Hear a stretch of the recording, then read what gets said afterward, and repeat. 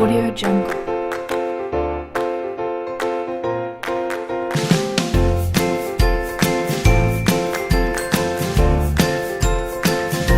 Audio Jungle.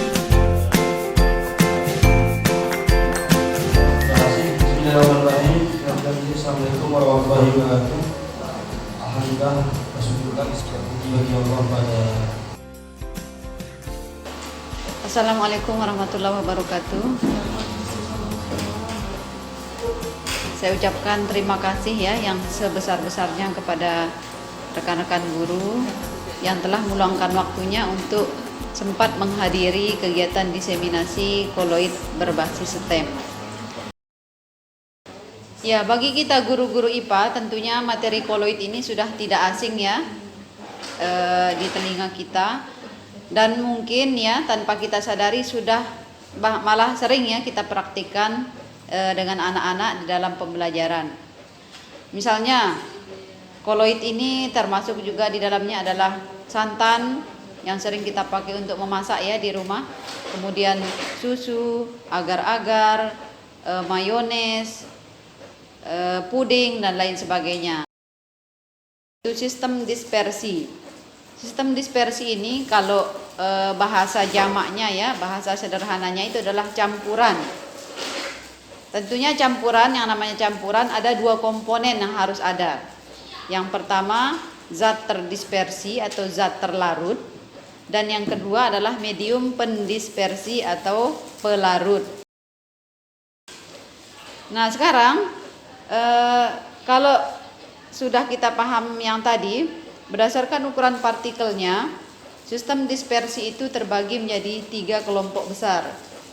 Yang pertama ada larutan sejati, yang kedua koloid, dan yang ketiga adalah suspensi kasar. Nah, fokus kita di sini adalah tentang koloid. Adapun contohnya ya, biar kita langsung membayangkan ya. Larutan ini contohnya adalah gula plus air. Koloidnya adalah susu plus air, dan suspensinya adalah kopi plus air. Nah, di bayangan kita masing-masing ini sudah pernah kita lakukan, mencampurkan zat terlarut dan pelarutnya, dan tentunya sudah kita bisa bayangkan kira-kira perbedaannya itu seperti apa. Nah, untuk lebih jelasnya kita bisa langsung lihat tabel berikut ini ya. Perbedaannya, larutan sejati ini dari ukuran partikel dulu ya, ukuran partikelnya kurang dari 100 nanometer. Nano itu kalau tidak salah ukurannya 10⁻⁷ meter. Ya bisa dibayangkan ya, kecil sekali ukuran dari larutan sejati ini. Nah kemudian kalau partikel koloid, ukuran partikelnya itu antara 1 sampai 100 nanometer. Masih kecil ya, cuma lebih besar dari ukuran larutan. Nah yang terakhir adalah suspensi. Ukuran partikelnya lebih dari 100 nanometer. Ya, jadi dari contoh yang ada di bawah ya, yang ada di bawah larutan gula, susu, kemudian campuran kopi dan air, bisa dibayangkan ya ukuran partikelnya. Kemudian kalau penampakan fisik, larutan bisa kita bayangkan ya, penampakan fisiknya itu jernih. Kemudian partikel terdispersinya atau partikel terlarutnya, gulanya ya, tidak bisa diamati dengan mikroskop ultra. Nah, kalau partikel koloid penampakannya itu jernih sampai dengan keruh, tetapi bisa diamati dengan mikroskop ultra partikelnya. Koloid. Jenis-jenis koloid ini macam-macamnya itu bisa kita bedakan berdasarkan fase terdispersi namanya. Artinya zat terlarutnya ya, zat terlarutnya. Kemudian bisa juga dibedakan berdasarkan medium pendispersinya. Nah, yang pertama adalah fase terdispersinya itu padat, kemudian medium pendispersinya padat juga. Jadi kita baca padat dalam padat. Nah, nama koloid yang pertama itu adalah sol padat. Contohnya adalah mutiara, kemudian kaca berwarna, kemudian paduan logam. Kemudian fase terdispersi yang kedua adalah cair dalam padat. Jadi medium pendispersinya ini sama, padatan. Ini namanya adalah emulsi padat. Contohnya adalah keju dan mentega. Kemudian fase terdispersi gas dalam padat kita sebut sebagai buih padat. Contohnya adalah batu apung dan kerupuk. Ya, kita kenal ya batu apung ya. Nah, di dalam batu apung itu tentunya kita tahu ada rongga-rongga di dalamnya, tapi wujudnya padat. Sama juga dengan kerupuk, wujudnya padat cuma ada rongga-rongganya kecil di dalam. Nah, kita lanjut ke medium pendispersi cairan. Fase terdispersinya ini tetap 3 macam ya, ada padat, cair, dan gas. Padat dalam cair disebut sebagai sol cair. Contohnya adalah pati dalam air, kemudian ada cat. Nah, jenis koloid yang kelima ini adalah cair di dalam cair. Ini kita sebut sebagai emulsi cair. Contohnya itu adalah susu dan santan. Kemudian selanjutnya gas dalam cair. Gas dalam cair ini kita sebut sebagai buih. Contohnya adalah buih sabun, kemudian ombak, kemudian buih deterjen juga ya. Nah, ini medium pendispersinya cair. Nah, sekarang kita lanjut ke medium pendispersi gas. Fase terdispersinya ini ada 2, padat dan cair saja. Kenapa tidak ada gas? Gas dalam gas itu bukan termasuk koloid, tapi dia termasuk larutan sejati. Jadi tidak ada gas dalam gas. Yang ada itu adalah padat dalam cair. Padat dalam gas. Padat dalam gas ini kita sebut sebagai aerosol padat. Contohnya ini adalah debu dan asap. Jadi kalau kita bayangkan debu dan asap itu ya, asap itu kan wujudnya gas ya, tapi dalam asap itu ada zat terlarut padatan di sana. Misalnya ada tanah yang ikut di dalam asap tersebut. Kemudian ada cair di dalam gas yang kita kenal sebagai aerosol cair. Aerosol cair ini contohnya adalah awan, ya, wujudnya gas tapi ada cairan di dalamnya. Awan dan kabut. Ya, kabut ini kan mengandung air ya, mengandung air. Kita buka untuk sesi diskusi ya, diskusi atau tanya jawab. Ya, saya mohon setelah saya menyampaikan materi tadi, kalau ada saran, kalau ada yang mau ditanyakan, mari silahkan.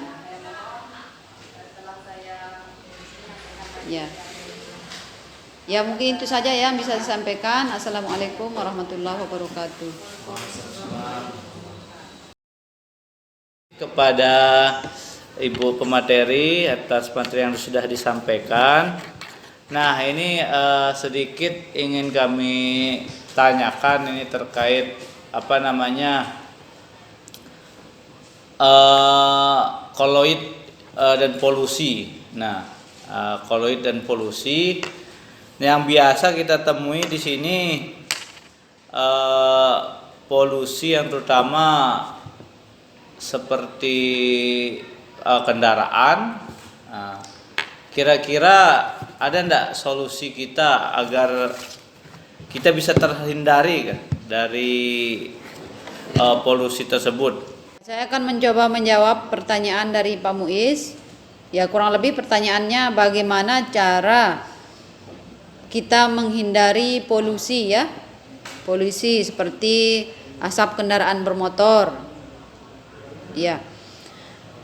Memang tidak bisa kita hindari ya yang namanya kendaraan bermotor, terutama efek dari penggunaan bahan bakarnya yaitu bensin akan menghasilkan asap. Ya, yang kita tahu efeknya itu misalnya ya bagi setiap orang sih memang berbeda, tapi secara umum menimbulkan batuk misalnya ya, batuk, kemudian intinya gangguan pernapasan. Ya, mungkin seperti itu. Ya, memang tidak bisa kita hindari ya yang namanya polusi ini, tetapi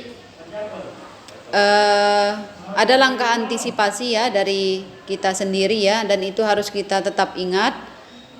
Misalnya seperti yang sekarang ini saya pribadi ya mengalami memang, cuma setelah saya rutin tiap hari memakai masker, dan alhamdulillah hasilnya tidak terlalu terpengaruh dengan yang namanya polusi dari kendaraan bermotor. Nah, kemudian itu dari saya pribadi ya. Nah, untuk kita sama-sama mungkin bisa kita lakukan bersama ya. Kita lebih selektif juga memilih bahan bakar yang kita pakai. Ya, bahan bakar itu kan banyak jenisnya ya. Ada yang bensin yang angka oktannya itu sedikit. Kemudian ada yang namanya Pertamax yang punya angka oktan tinggi.